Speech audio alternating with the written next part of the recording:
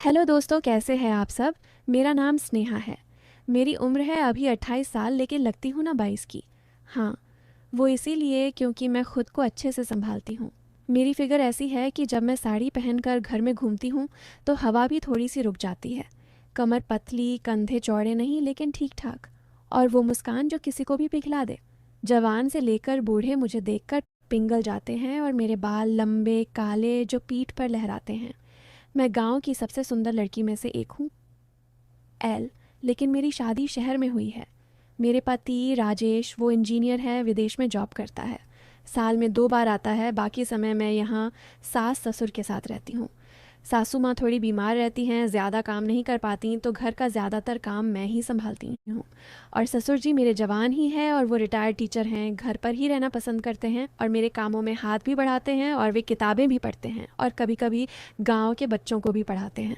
वो बहुत ही शांत, अच्छे और सज्जन आदमी हैं, लेकिन उनकी आंखों में एक ऐसी चमक है जो कभी कभी मुझे सोचने पर मजबूर कर देती है। खैर, आज मैं तुम्हें अपनी एक कहानी से बीच की है। ये कहानी थोड़ी अलग है। ये सिर्फ एक कहानी नहीं, इश्क का वो सफ़र है जहाँ प्यार भी है, नाराज़गी भी, और बीच बीच में वो मसाला जो हर दिल को दीवाना बना दे। लेकिन अंत तक सुनना, क्योंकि ये सिर्फ मसाले की नहीं, दिल की भी बात है। तो बात शुरू होती है उस दिन से जब राजेश विदेश जा रहा था। सुबह सुबह एयरपोर्ट छोड़ने गए थे हम सब। राजेश ने मुझे गले लगाया, बोला, स्नेहा, घर का ख्याल रखना, पापा मम्मी का ध्यान रखना। मैंने हंसकर कहा, हाँ जी, आप चिंता मत करो, मैं हूँ ना। ससुर जी पीछे खड़े मुस्कुरा रहे थे।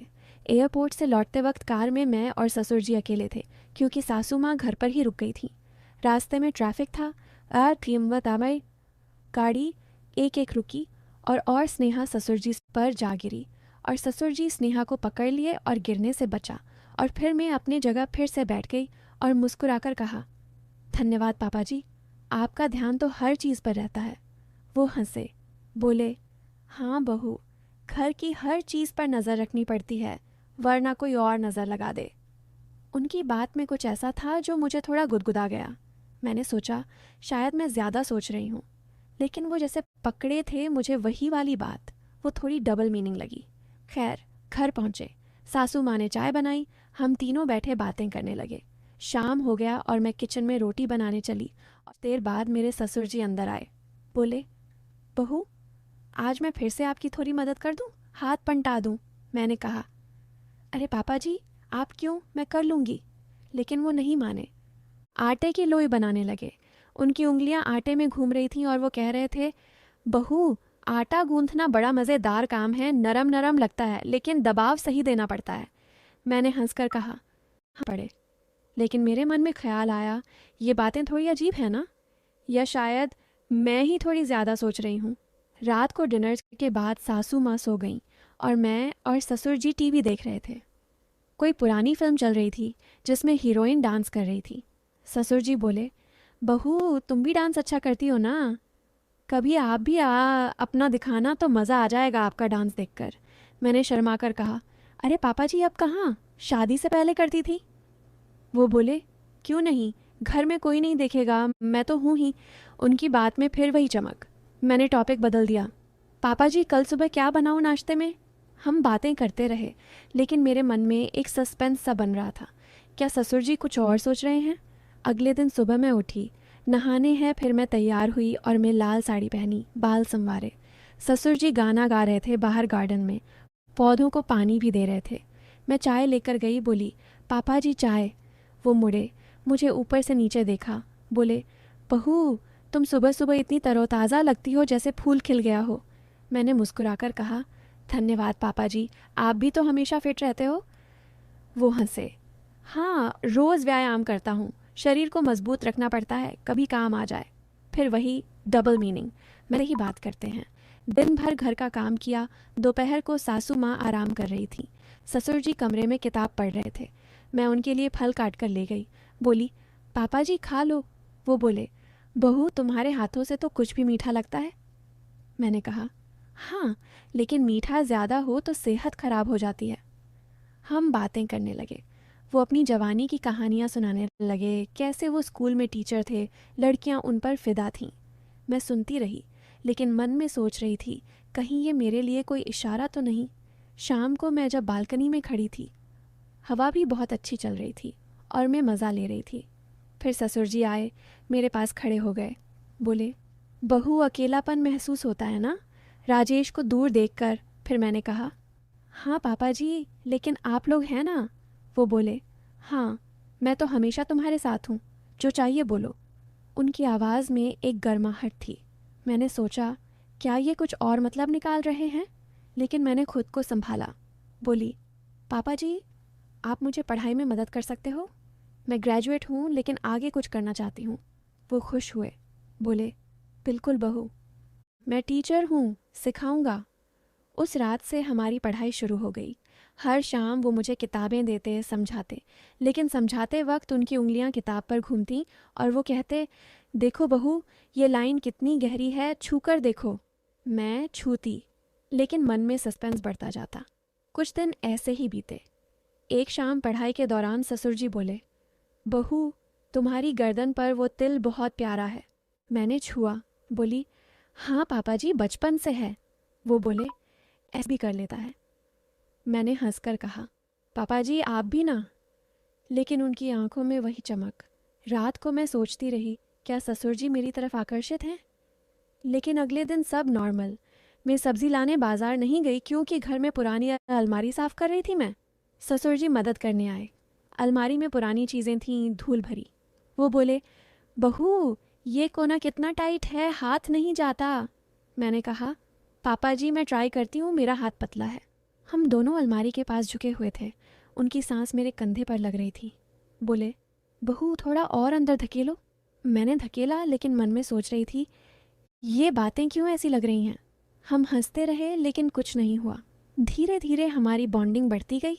ससुर जी मुझे अपनी लाइब्रेरी दिखाते, किताबें देते। एक किताब थी, पुरानी रोमांटिक नॉवेल।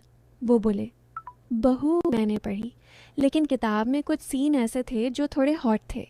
मैंने ससुर जी से कहा, पापा जी, ये किताब थोड़ी बोल्ड है। वो हंसे, बोले, हाँ बहू, लेकिन जीवन में सब कुछ होता है, समझना पड़ता है। मैंने सोचा कहीं वो मुझे कुछ सिखाना चाहते हैं। सस्पेंस बढ़ता गया। एक दिन घर में मैं योगा कर रही थी। ससुर जी देख रहे थे। बोले, बहू तुम्हारा बॉडी कितना फ्लेक्सिबल है। मैंने कहा, हाँ रोज़ करती हूँ। वो बोले, मुझे भी सिखाओ, मेरी कमर थोड़ी स्टिफ है। फिर मैं सिखाना शुरू की, लेकिन हम अलग अलग मैट पर थे। उनकी नज़रें मेरे पोज़ पर थीं। बोले, बहू ये पोज़ कितना खुला है, सब कुछ दिखता है। डबल मीनिंग फिर। लेकिन कुछ नहीं हुआ। महीने बीतते गए। राजेश का फ़ोन आता रहता, लेकिन मैं ससुर जी के साथ ज़्यादा समय बिताने लगी। हम साथ में गार्डनिंग करते, पौधे लगाते। वो बोले, बहू ये बीज डालो गहराई से, ताकि अच्छे से उगे। मैंने डाला, हंसकर कहा, पापा जी आप सब कुछ इतनी गहराई से समझाते हो। हमारी बातें अब थोड़ी इंटीमेट लगने लगी। एक शाम हम छत पर बैठे थे, तारे देख रहे थे। ससुर जी बोले, बहू जीवन में अकेलापन बड़ा मुश्किल है। मैंने कहा, हाँ पापा जी, लेकिन आप मेरे लिए पिता जैसे हो। वो चुप हो गए। बोले, बहू मैं तुम्हें कुछ बताना चाहता हूँ। मेरे मन में सस्पेंस पीक पर। क्या अब कुछ कन्फेस करेंगे। वो बोले, बहू मैं तुम्हें अपनी बेटी जैसा मानता हूँ, लेकिन मैं देखता हूँ तुम अकेली हो। मैं तुम्हें एक सरप्राइज़ देना चाहता हूँ। मैंने पूछा, क्या पापा जी। वो बोले, मैंने तुम्हारे लिए एक कोर्स ज्वाइन करवाया है ऑनलाइन, जिसमें तुम अपनी पढ़ाई पूरी कर सकती हो और मैं तुम्हें सिखाऊंगा। मैं खुश हो गई, लेकिन सस्पेंस अब भी बाकी था। हम पढ़ाई जारी रखते, लेकिन एक दिन ससुर जी ने कहा, बहू मैं एक कहानी लिख रहा हूँ, तुम पढ़ोगी। मैंने पढ़ी। कहानी एक बाप और बेटी जैसी रिलेशन की थी, लेकिन इसमें थोड़ा मसाला था, डबल मीनिंग। मैंने कहा, पापा जी ये तो मेरी तरह लग रही है। वो हंसे, बोले, हाँ बहू ये तुम्हारे लिए है। मैं एक लेखक हूँ, गुप्त रूप से। मैं ऐसी कहानियाँ लिखता हूँ जो लोगों को आकर्षित करें, लेकिन अंत में सिखाएं। अब ट्विस्ट आता है। ससुर जी ने बताया कि वो एक फेमस राइटर हैं छद्म नाम से। उनकी कहानियाँ ऑनलाइन पॉपुलर हैं, जो थर्की लोगों को आकर्षित करती हैं, लेकिन अंत में प्योर लेसन देती हैं। उन्होंने कहा, बहू मैं तुम्हें देखकर इंस्पायर्ड हुआ, और ये कहानी लिखी। इसमें बहू और ससुर की स्टोरी है जो लगती है कुछ और, लेकिन है पिता पुत्री का रिश्ता। मैं हैरान थी। हमारी सारी बातें, वो डबल मीनिंग, सब उनकी कहानी का पार्ट था। वो मुझे स्टडी कर रहे थे रियल लाइफ से इंस्पायर होकर लिखने के लिए, लेकिन कुछ गलत नहीं था। अंत में वो कहानी पब्लिश हुई और लोगों ने पसंद की। थर्की लोग शुरू में एक्साइटेड हुए, लेकिन अंत पढ़कर बोले, वाह क्या ट्विस्ट है, अच्छी स्टोरी। और अच्छे लोग बोले, बहुत अच्छी मोरल।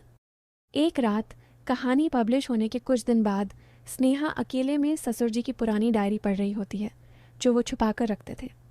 डायरी में लिखा मिलता है कि ससुर जी ने सालों पहले एक लड़की से बहुत गहरा प्यार किया था, लेकिन वो लड़की किसी कारण से उनसे दूर चली गई थी। नाम था स्नेहा। स्नेहा हैरान, वो सोचती है शायद संयोग है, लेकिन आगे पढ़ती है तो झटका लगता है। वो लड़की जिससे ससुर जी का प्यार अधूरा रह गया था, वो थी स्नेहा की अपनी माँ। हाँ, स्नेहा की असली माँ, जो स्नेहा के बचपन में ही गुजर चुकी थी, या स्नेहा को यही बताया गया था। ससुर जी ने कभी शादी नहीं की थी अपनी मंगेतर से ब्रेकअप के बाद, लेकिन बाद में उन्होंने राजेश के पिता यानी ससुर जी खुद ने दूसरी शादी की थी। नहीं रुकिए, असल में ससुर जी राजेश के असली पिता नहीं हैं। बड़ा वाला धमाका, ससुर जी ने बताया कि वो राजेश के सौतेले पिता हैं। राजेश की असली माँ सास की पहली शादी टूट गई थी और राजेश का असली बाप वो लड़का था जिससे ससुर जी की मंगेतर स्नेहा की माँ का अफेयर चल रहा था। लेकिन बाद में परिस्थितियों ने ऐसा मोड़ लिया कि ससुर जी ने राजेश की माँ से शादी कर ली और राजेश को अपना बेटा मान लिया।